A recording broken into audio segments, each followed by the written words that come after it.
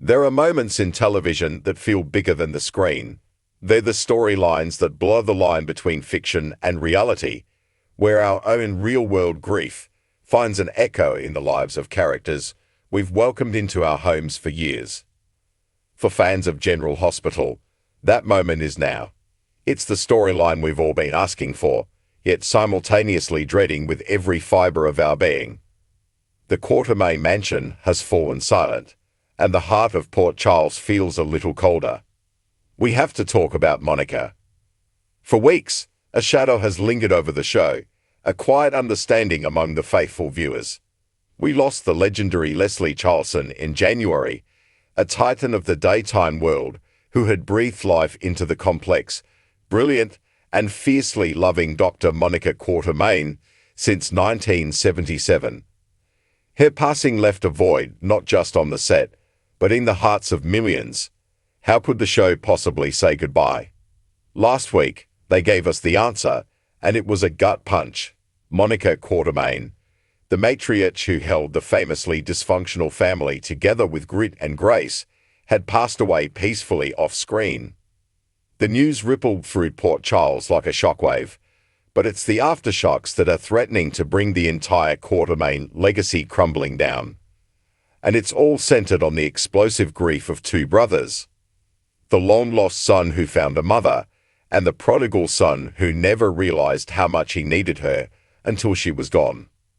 Let's start with the man they call Stone Cold. For decades, since a traumatic brain injury wiped his memory and forged him into the mob enforcer we know today, Jason Morgan has been a man of steel. Emotions are a liability in his world. He's controlled, calculating, and seemingly unbreakable. We've seen him face down death 100 times without flinching. But the news of Monica's death, that was a different kind of bullet, one that armor couldn't stop. For Steve Burton, who has inhabited Jason's skin since 1991, this is a return to the very foundation of his character. Think of the thousands of scenes he shared with Leslie Charleson. Monica was Jason's anchor to a life he couldn't remember but could sometimes feel. She was the one person who refused to give up on the ghost of Alan Quatermain Jr., the sweet boy who existed before the leather jacket and the stoic silence. She was his mother, in every sense of the word. Watching Jason receive the news was like watching a dam crack. For the first time in years, the raw, unfiltered pain of Jason Quatermain, the son, broke through the surface. It was a stunningly vulnerable moment, a reminder that beneath the stone there has always been a heart, and that heart is now shattered. But while Jason's grief is a quiet implosion, his twin brother's is a raging inferno. And this is where the story takes a turn so dark, it's bound to become legendary. Cameron Mathison, who stepped into the role of Drew Kane in 2021, has been on a fascinating journey with the character. Drew was the forgotten son, the one who lived another man's life, who had to fight and claw for every scrap of identity and belonging. When he finally found his way to the Quatermains, it was Monica who truly opened her arms to him. She didn't see him as a replacement or a complication. She saw him as her son. Full stop. In a recent, incredibly revealing chat with Soaps.com, Mathison peeled back the layers of Drew's devastating reaction. Monica's death is incredibly traumatizing for him, he shared, emphasizing a bond that became Drew's entire world. Regardless of whether or not she raised him, she called him her son. He called her his mom. There was a really important bond there for Drew. That bond was his lifeline. In the chaotic world of Port Charles, Monica's acceptance was Drew's true north. And now it's gone. His grief isn't just sadness. It's a venomous rage born from perceived injustice, and he's aiming all of it directly at Jason. The fuel for this fire has been simmering for months.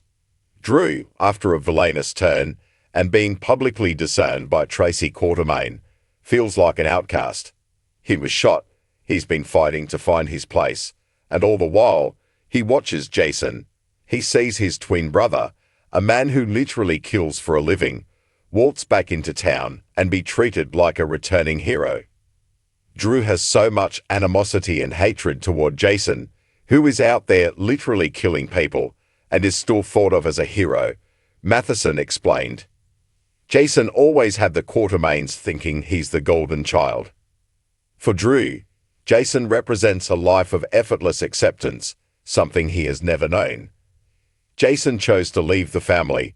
Drew chose to embrace it. In Drew's twisted, grief-stricken mind, Jason doesn't deserve to mourn Monica the way he does. And so, Drew decides to make him pay. What he does next is, in Mathison's own words, simply awful and so horrible. It's a moment that will have you screaming at your television, a move so cruel it redefines the lines of brotherly rivalry. Imagine the scene. Two young cousins, Danny, Jason's son, and Scout, Drew's daughter, are trying to process the immense loss of their grandmother. They are children sharing a moment of pure, innocent grief. Danny, in a moment of beautiful empathy, tries to comfort his cousin, and that's when Drew intervenes. He physically prevents Danny from comforting Scout. He weaponizes his own daughter's pain to inflict suffering on his brother by hurting his innocent son. Talk about a low blow. This isn't just about hating Jason anymore. This is about scorching the earth. It's an act of emotional terrorism designed to cause the maximum amount of pain, proving that Drew's grief has mutated into something monstrous. He is so consumed by his own loss and his resentment of Jason that he's willing to emotionally scar his own child to score a point in a war only he seems to be fighting. This is the kind of character-defining moment that changes everything. It's a heartbreaking, unforgivable act that sets the stage for a conflict far deeper and more personal than any mob war. The death of Monica Quatermain hasn't just left a gaping hole in the family.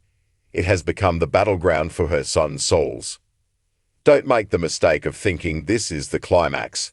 This is just the opening salvo. Drew's vendetta is only just beginning. How will Jason react when he learns what Drew did to his son? How will the rest of the Quatermain family, and all of Port Charles, splinter as they're forced to choose sides? The passing of Leslie Charleson is a profound loss, but the writers at General Hospital are honoring her legacy by showing the true weight of her character's absence. Monica wasn't just another resident of Port Charles. She was the axis on which the Quatermain world turned. Without her, everything is spinning out of control. Prepare yourself. The coming weeks are not for the faint of heart. This is a story about love, loss, identity, and a jealousy so profound it can curdle a man's soul. Keep watching, because the war between Jason and Drew is about to get so much worse, and the fallout will be felt for years to come.